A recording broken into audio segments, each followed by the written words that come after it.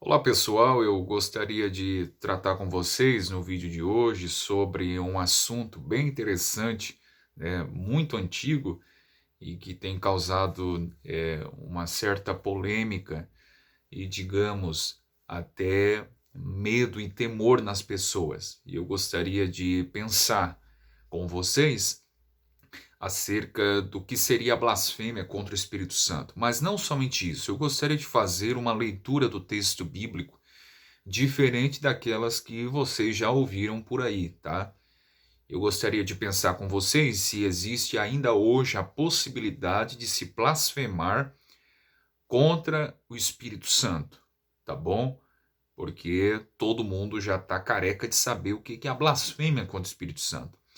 Mas existe essa possibilidade ainda hoje, e é isso que eu gostaria de pensar juntamente com vocês. De antemão, eu gostaria de apresentar para os senhores, muita gente já sabe, do meu livro que acabei de escrever, acabou de ser lançado, chamado Contra o Legalismo, Combatendo uma Velha e Ardilosa Heresia. 244 páginas, tá bom?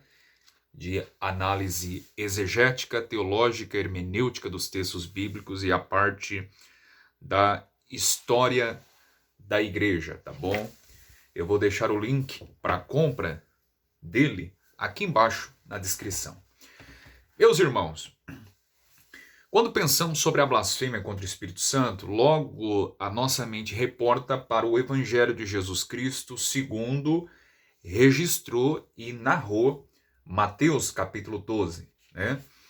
Não somente Mateus registra esse episódio, esse evento, mas Lucas também, no capítulo 11, versos de números 14 e 23 do Evangelho de Jesus, que traz o seu nome, também registrou esse evento. Então, tanto Mateus quanto Lucas narra esse evento da blasfêmia contra o Espírito Santo. O contexto era mais ou menos assim. Em Mateus 12, dos versos de números 22 ao 32, trouxeram um endemoniado cego e mudo para que Jesus o curasse e o libertasse, o livrasse de tudo aquilo. E o texto bíblico diz, na sequência, no verso 23, que a multidão se espantava, né, e dizia uns aos outros: não é esse o filho de Davi? Então, os fariseus, sempre eles, né, ouvindo essa declaração do povo, quem eram os fariseus? Os fariseus era uma das seitas mais poderosas dos dias de Jesus, tá bom? De acordo com Joséfo, haviam cerca de 6.000 fariseus nos dias de Jesus. Os fariseus era a elite religiosa, era o grupo maior, era a seita maior. A palavra fariseu significa os que se separam. Por quê? Porque eles se separavam não apenas dos outros povos, mas também dos próprios israelitas, por se acharem os melhores, por se acharem os mais dignos de salvação. E uma característica proeminente dos fariseus, que perpetua até hoje, né, seria a hipocrisia. Então o fariseu era conhecido muito por sua hipocrisia, tanto é que o capítulo 23 do Evangelho segundo Mateus, Jesus confronta toda a hipocrisia farisaica daquela elite religiosa dos seus dias. Então os fariseus, eles começaram a argumentar dizendo que Jesus expulsava os demônios pelo poder de Beelzebu, que é o príncipe dos demônios, né? E Jesus, então, ele vai destacar nos versos seguintes, versos de números 25, 26, 27, 28, até o 32, sobre a blasfêmia contra o Espírito Santo. A palavra blasfêmia, talvez o sentido mais básico aqui, seria ferir, magoar. E Jesus diz que toda palavra que é proferida contra o Pai tem perdão, contra o Filho tem perdão, mas contra o Espírito Santo não tem perdão. O ponto aqui é exatamente isso, que quando o Pai se apresentou e se revelou aos judeus por meio do ministério de João Batista, eles rejeitaram o Pai. Quando o Filho se apresentou por meio do Cristo, eles também o rejeitaram. E quando o Espírito Santo se apresentou, especialmente ali no dia de Pentecostes, o ministério também do Espírito Santo foi rejeitado. Então, Jesus está falando agora sobre a blasfêmia contra o Espírito Santo. E é evidente, numa leitura simples desse texto, que essa blasfêmia contra o Espírito Santo seria exatamente atribuir os feitos que Jesus fazia, atribuir isso às obras do Espírito, né, que, obviamente, Jesus era motivado, impulsionado pelo Espírito a fazer essas coisas, por isso que Atos 10 e 38 confirma isso. Lucas narra dizendo como Deus ungiu a Jesus de Nazaré com o Espírito Santo e com poder, o qual andou por toda parte fazendo bem e curando a todos os oprimidos do diabo, porque Deus era com ele. Então Jesus, ele era revestido e impulsionado pelo Deus Espírito Santo a fazer tudo o que fazia. Então, Jesus fazia todos esses feitos, esses milagres, e os fariseus, olhando e observando isso, começaram a dizer: ele opera pelos poderes de Beelzebul, o príncipe dos demônios.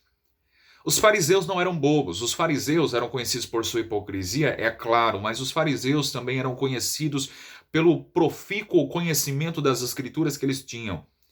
O fariseu, ele era alguém muito conhecedor das escrituras. E quando eu falo escritura, eu estou me referindo, obviamente, à escritura do Antigo Testamento, que era o que estava à disposição nos dias de Jesus, né? Apenas a escritura do Antigo Testamento, não o Novo. E os fariseus sabiam quem era Jesus, isso é confirmado, por exemplo, deixa eu conferir aqui rapidamente, no Evangelho segundo João, capítulo 3, verso de número 2, quando Nicodemos, que era um entre os principais dos judeus, né? Era um dos fariseus. Em João 3 e 2, Nicodemos, no encontro que ele teve com Jesus à noite, ele diz assim: Rabi, bem sabemos que és mestre vindo de Deus. Quando ele diz bem sabemos, ele coloca aqui também os fariseus, ou seja, não é somente Nicodemos quem reconhecia isso, mas os próprios fariseus entendiam que Jesus era alguém que não era alguém comum, era alguém enviado da parte de Deus. Bem sabemos que és mestre vindo de Deus, porque ninguém pode fazer esses sinais que tu fazes se Deus não for com ele.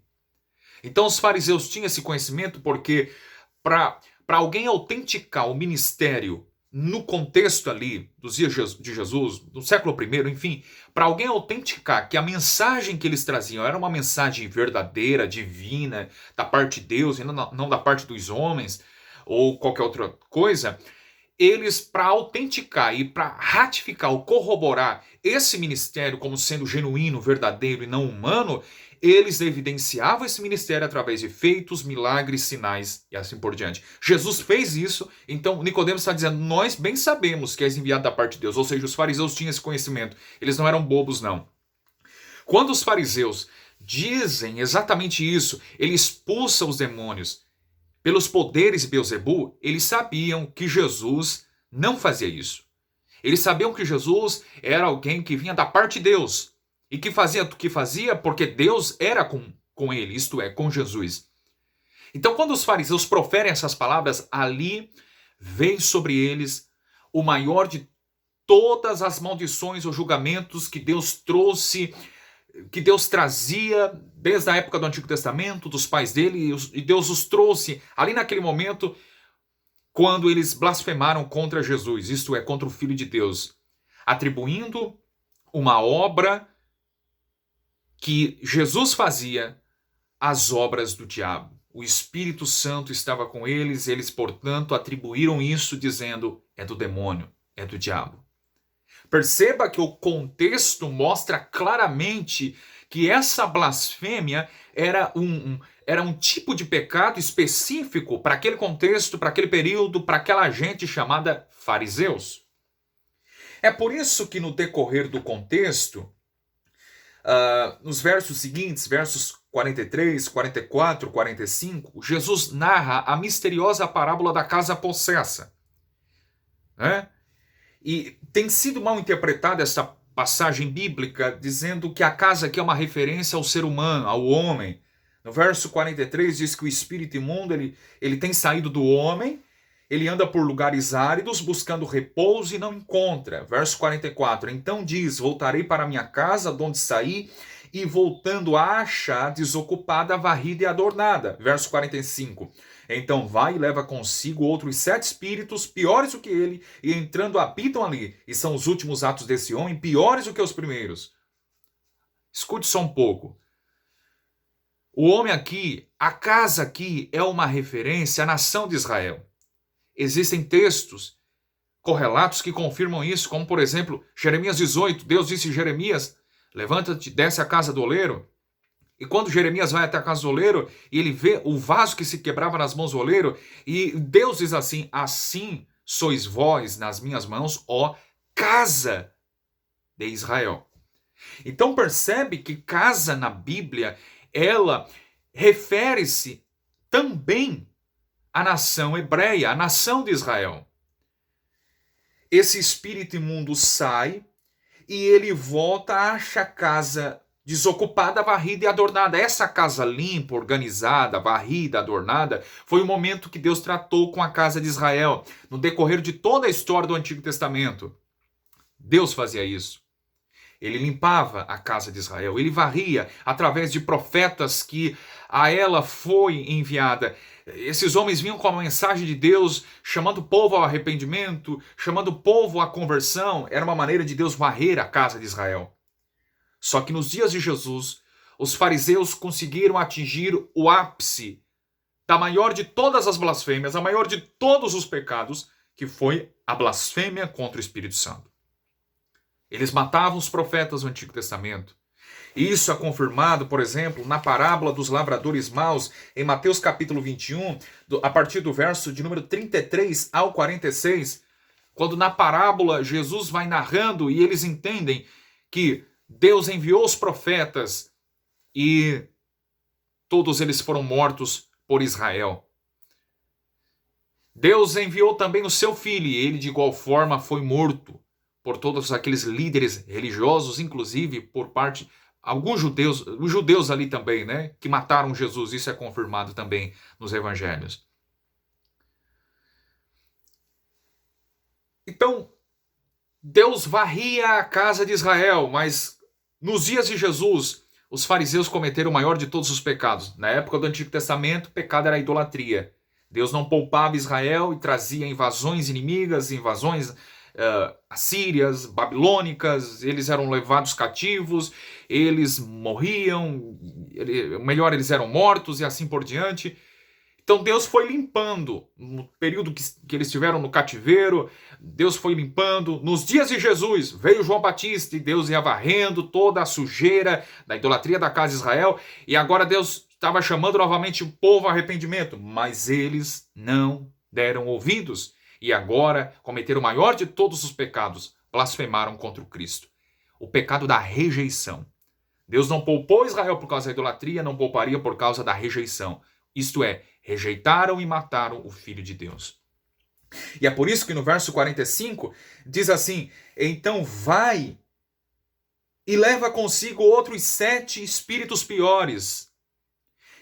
Essa expressão 7 na linguagem da Escritura é uma expressão tradicional para se referir a um juízo, a uma punição severa, maior de todas como nunca houve.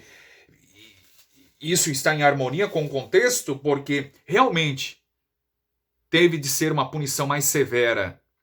Por quê? Porque eles blasfemaram contra o Espírito Santo. Esses 7 espíritos piores não indica que, e não deve ser entendido como 7 literalmente, mas indica uma punição severa. É por isso que, como por exemplo em Gênesis 4, Deus disse, aquele que matar Caim, 7 vezes será castigado. Não significa que 7 vezes literalmente seria castigado, mas seria punido com com a maior de todas as punições. Isso aconteceu aqui com Israel. A elite religiosa, os fariseus, que blasfemaram, rejeitaram Cristo e mataram Cristo. Percebe que essa palavra tem um endereço, fariseus. Se você observar todo o conjunto, todo o contexto do Evangelho segundo Mateus, qualquer estudante de teologia sabe que os evangelhos têm um destinatário específico. E Mateus tem um destinatário específico. 2 pontos. Os judeus, a nação hebreia. Este evangelho foi direcionado especificamente para eles. É por isso que temos duras palavras de Jesus, especialmente contra a elite religiosa, os fariseus. E eles experimentaram esse juízo quando, no ano 70 depois de Cristo, as legiões romanas, o general Tito invadiu Jerusalém, destruiu Jerusalém, inclusive o templo judaico, todo o orgulho da nação de Israel, especialmente ali representado no templo, foi destruído, foi queimado, foi derrubado. A cidade santa de Jerusalém também foi destruída e mais de 1,5 milhão de judeus, segundo Joséfo, foram mortos naqueles dias. E os demais foram levados como escravos. E isso cumpriu-se o que Jesus falou, que traria juízo. Então vai e leva consigo outros 7 espíritos piores. Isso aconteceu no ano 70, que temos pela evidência histórica, que isso aconteceu, toda a catástrofe, carnificina, tortura, atrocidades que aconteceu lá quando os romanos invadiram Jerusalém. Agora observe Mateus 12, verso 45, no finalzinho do verso 45, assim acontecerá também a esta geração má. Jesus está dizendo, acontecerá a esta geração. O juízo virá sobre ela, não é sobre gerações vindouras ou futuras, mas sobre esta geração. Percebe que foram os fariseus quem blasfemaram contra o Espírito Santo. Eu não estou sozinho nesta minha posição. Você pode dizer, está maluco? Você está maluco, PH? Mas outros pensadores, se você pega os pais da igreja, vou citar, por exemplo, João Crisóstomo. João Crisóstomo, um dos pais da igreja, bem lá no comecinho da igreja, ele já entendia que os únicos que blasfemaram contra o Espírito Santo, ou os únicos que cometeram esse tipo de pecado imperdoável, foram os fariseus. Teólogos modernos também, alguns entendem isso. William MacDonald, Russell Norman Champlin entendia isso, e outros pensadores. Eu não estou sozinho. Esta posição é a posição menos popular e talvez a menos aceita, mas é a posição e a interpretação que mais se harmoniza com o contexto. Isso revela o fato de que se você anda preocupado pensando, será que um dia eu blasfemei contra o Espírito Santo? No meu tempo de pentecostal era mais ou menos assim. Lançava-se um terrorismo psicológico nas pessoas. E isso é uma das marcas, uma das características das seitas.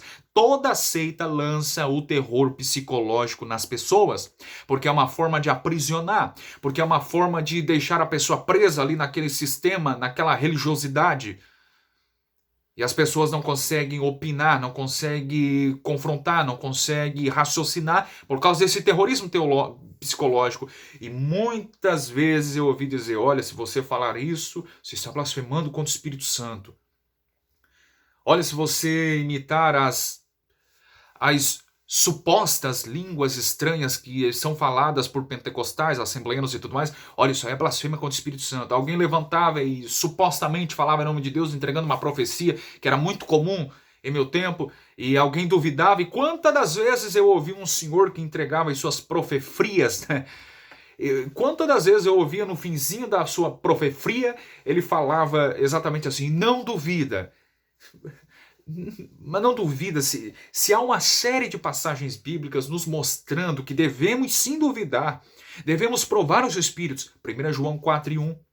Amados, não creais a todo espírito, mas provem se os espíritos são de Deus. 1 Tessalonicenses 5:21. Examinai tudo e retende o que é bom. Somos chamados a ser como os bereanos, Atos 17, 10 e 11, analisar tudo na Escritura, se tudo que é falado, escrito, dito, comentado, se está de acordo com a palavra de Deus, se não está, tem que ser descartado. Então percebe que há um terrorismo teológico, psicológico. Olha, Você não pode duvidar, você não pode brincar, porque isso você está blasfemando contra o Espírito Santo.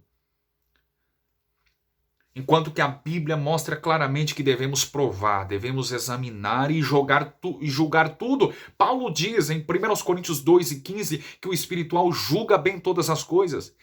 Inclusive Paulo, que escreveu praticamente quase todo o Novo Testamento, escreveu sob inspiração do Espírito, ele destaca em 1 Coríntios 10:15 para julgar o que ele escrevia. Ora, era Paulo. Ele escrevia sob inspiração do Espírito, mas ele dizia: julguem o que escrevo. Como não provar hoje esses espíritos que temos por aí? Abra a mente, verifique tudo na Escritura e não seja bitolado e não seja cativo a doutrinas que não estão de acordo com a palavra de Deus, mas são doutrinas humanas e muitas das vezes diabólicas para levar você à cegueira e mantê-lo cativo. Então percebe que se você está com dúvidas, está com medo, se blasfemou contra o Espírito Santo, está aí uma evidência clara de que você não blasfemou contra o Espírito Santo. Porque alguém que está com medo e com dúvidas, é claro que há temor. E se há temor, obviamente, não há blasfêmia contra o Espírito Santo. Percebe que foi um pecado específico para aquele contexto e foram os fariseus que cometeram esse tipo de pecado. Uma vez que Jesus estava presente aqui na terra de forma física, literal. Hoje não há mais possibilidade de se blasfemar contra o Espírito Santo, porque Jesus não está entre nós de forma física, literal. Nós não temos mais o ministério terreno de Jesus aqui entre nós para operar todos os milagres que ele operava.